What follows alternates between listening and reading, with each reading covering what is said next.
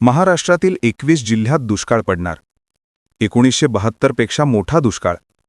हवामान विभागाने दिला सगळ्यात मोठा धोक्याचा इशारा.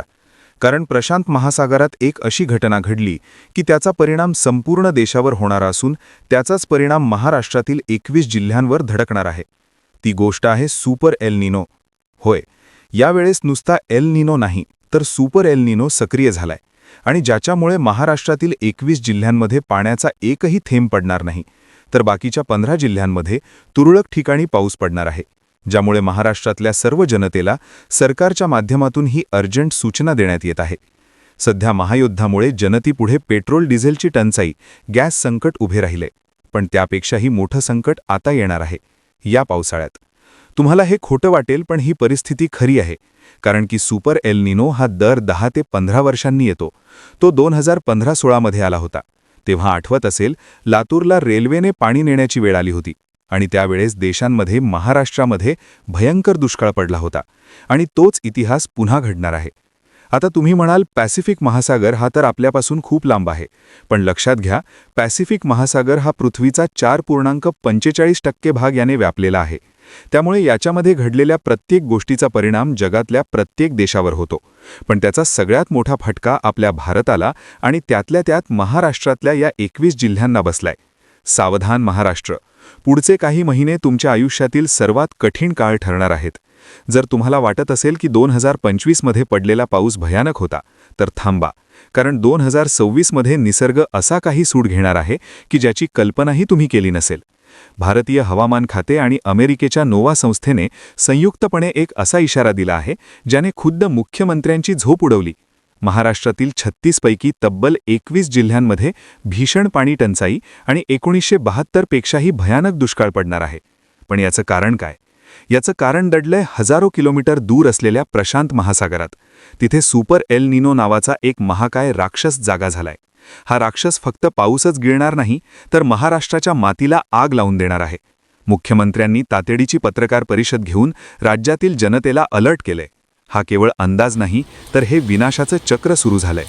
नेमकं काय घडतंय त्या महासागरात आणि तुमचे 21 जिल्हे कोणते, जाणून घेण्यासाठी हा व्हिडिओ शेवटपर्यंत पहा, कारण आजची एक चूक तुमच्या कुटुंबाला तहानेने व्याकुळ करू शकते.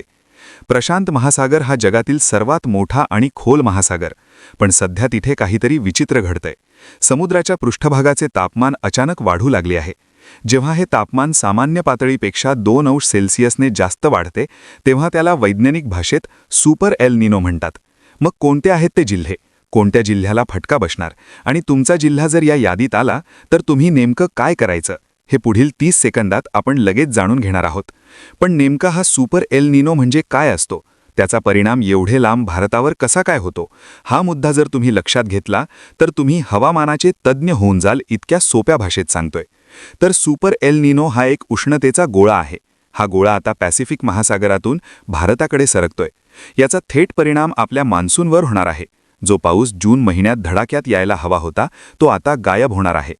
अमेरिकेच्या हवामान शास्त्रज्ञांनी सांगितलंय की यंदा मान्सूनचे वारे या उष्णतेमुळे आपली दिशा बदलणार आहे. हवामान विभागाने आधी 16 जिल्ह्यांची यादी दिली होती, पण ताज्या अपडेटनुसार आता ती संख्या 21 वर गेली आहे. हे 21 जिल्हे रेड झोनमध्ये आहेत. या जिल्ह्यांमध्ये पिण्याच्या पाण्यासाठी टँकरची वाट पाहावी लागणार आहे. मराठवाडा आणि विदर्भातील परिस्थिती तर इतकी गंभीर असेल की जमिनीला मोठमोठ्या भेगा पडतील. कोणत्या जिल्ह्यांमध्ये एल निनोमुळे अवकाळी पाऊस जबरदस्त धडकणार आणि नंतर दुष्काळ पडणार याची यादी आता समोर आली आहे. मुख्यमंत्र्यांनी स्पष्ट केलंय की सरकारने आतापासूनच चारा छावण्या आणि पाणी पुरवठ्याचे नियोजन सुरू केलंय. पण प्रश्न हा आहे की जर पाऊसच पडला नाही, तर धरणं कशी भरणार? जे पुण्याच्या वेधशाळेने दिलंय त्यामध्ये स्पष्ट दिसतंय की यंदा पावसाळा कोरडा ठाक असणार आहे. आता या पॅसिफिक महासागरातल्या परिस्थितीमुळे महाराष्ट्र दुष्काळाच्या छायेत आहे, पण त्याचा उलटा परिणाम अवकाळी पावसात झालाय. कारण की सध्या उत्तरेकडून मध्य महाराष्ट्राकडे 1000 किलोमीटर लांबीची ढगांची एक महाकाय साखळी सरकली आहे. यामुळे गेल्या 48 तासात कोल्हापूर, सातारा, सांगलीमध्ये गारपीट झाली आहे. आता हे खरं तर सुपर एल निनोच्या आगमनाचे लक्षण आहे. मग आता ते जिल्हे कोणते आहेत की जिथे दुष्काळ तर पडणार, पण पुढील 15 दिवसात उन्हाचा कडाका 10 पटीने वाढणार आहे? त्याची यादी आपण पाहतोय. पहा, प्रशांत महासागरात झालेला बदल हा इतका तीव्र आहे की त्याने संपूर्ण जगाचे ऋतुचक्र बदलून टाकलंय. एकीकडे ऑस्ट्रेलियात वणवे पेटलेत, तर दुसरीकडे दक्षिण अमेरिकेत पूर आलाय. पण भारताच्या, विशेषतः महाराष्ट्राच्या नशिबी यंदा फक्त कोरडं आभाळ आणि उन्हाच्या झडा आहेत. सामान्य एल निनो दर 2 ते 7 वर्षांनी येतो, पण सुपर एल निनो 10 ते 15 वर्षांनी येतो. 2015-16 मध्ये जेव्हा लातूरला रेल्वेने पाणी नेण्याची वेळ आली होती, तेव्हा सुपर एल निनोच होता. आता 2026 मध्ये तोच इतिहास पुन्हा घडताना दिसतोय. प्रशांत महासागराच्या 3.4 भागात पाण्याचं तापमान सातत्याने वाढत आहे. कोणत्या जिल्ह्याला फटका बसणार आणि कुठे पावसाचा टिपूसही पडणार नाही, पहा पुण्याच्या वेधशाळेचा तो रिपोर्ट. पुणे वेधशाळेने दिलेल्या माहितीनुसार विदर्भातील ब्रह्मपुरी, चंद्रपूर आणि अकोल्याचे तापमान 45 ते 47 अंश सेल्सिअसपर्यंत जाऊ शकते. हे तापमान माणसाच्या सहनशक्तीच्या पलीकडचे आहे. उन्हाळ्यातला हा तडाखा म्हणजे पावसाळ्यात पडणाऱ्या दुष्काळाची नांदी आहे. जगभरातील 7 मोठ्या हवामान मॉडेल्सचा अभ्यास केला असता पहिल्या 6 मॉडेल्सनी पावसाबाबत थोडी आशा दाखवली होती, पण 7व्या मॉडेलने, जे महाराष्ट्राच्या मातीशी जोडलेलं आहे, त्याने सर्वांना हादरवून सोडलंय. मान्सूनच्या सुरुवातीला म्हणजे जूनमध्ये कदाचित थोडा पाऊस होईल, पण जुलै, ऑगस्ट आणि सप्टेंबर हे मुख्य महिने पूर्णपणे कोरडे जातील. कोणत्या जिल्ह्यांमध्ये एल निनोमुळे अवकाळी पाऊस जबरदस्त धडकणार आणि पेरण्या वाया जाणार हे आता आपण सविस्तर पाहूया. याचा अर्थ असा की जर तुम्ही जूनच्या सुरुवातीला घाईघाईने पेरणी केली तर तुमचं बियाणं मातीत गाडलं जाण्याची भीती आहे. पावसाचा मोठा खंड यंदा शेतकऱ्यांचे कंबरबडे मोडणार आहे. पंतप्रधान नरेंद्र मोदी आणि मुख्यमंत्री दोघांनीही प्रशासनाला सज्ज राहण्याचे आदेश दिले आहेत. संसदेत जशी कोरोनासाठी तयारी केली होती तशीच तयारी आता या महादुष्काळासाठी केली जात आहे. आयोडी सध्या निगेटिव्ह मोडमध्ये आहे. याचा अर्थ अरबी समुद्रातून येणारे वारेही आपल्याला साथ देणार नाहीत. मग कोणते आहेत ते 21 जिल्हे ज्यांची नावं आता मुख्यमंत्र्यांनी स्वतः जाहीर केली आहेत? यादी पहा. जालना, बीड, लातूर, धाराशिव या जिल्ह्यांमध्ये उन्हाचा कडाका असह्य होणार आहे. कोकण किनारपट्टीवर म्हणजे मुंबई, ठाणा, पालघरमध्ये आर्द्रता वाढल्यामुळे उकाडा इतका वाढेल की घरात बसणं कठीण होईल. ही सर्व माहिती आणि ताजी आकडेवारी पाहिल्यानंतरच मनात थोडी धडधड होणं स्वाभाविक आहे. पण एक गोष्ट इथे स्पष्ट करते, ही माहिती तुम्हाला घाबरवण्यासाठी नसून तुम्हाला सावध करण्यासाठी आहे. ही एक शक्यता आहे, हवामानाचा एक तांत्रिक अंदाज आहे. निसर्ग कधी आपली चाल बदलेल हे कोणीच सांगू शकत नाही, पण जेव्हा विज्ञानाचे इतके मोठे संकेत मिळत असतात तेव्हा डोळे झाकून बसणं धोक्याचं ठरू शकतं. म्हणूनच सावध तू सुरक्षित या म्हणीप्रमाणे आतापासूनच पावलं उचलाली पाहिजेत. आता या कठीण काळात आपल्याला नेमकं काय करायचं आहे, मी तुम्हाला स्टेप बाय स्टेप काही गोष्टी सांगते, त्या नीट समजून घ्या. पहिली स्टेप, पेरणीची घाई अजिबात करू नका. दरवर्षी आपण मृग नक्षत्रात पहिल्या पावसावर पेरणी करतो, पण यंदा एल निनोचं सावट आहे. जोपर्यंत जमिनीमध्ये किमान 6 ते 7 इंच खोल ओलावा जात नाही किंवा किमान 100 मिलीमीटर पाऊस येत नाही, तोपर्यंत बियाणं मातीत टाकू नका, अन्यथा दुबार पेरणीचे संकट तुमच्यावर येऊ शकतं. दुसरी स्टेप, पाण्याची साठवणूक आणि नियोजन.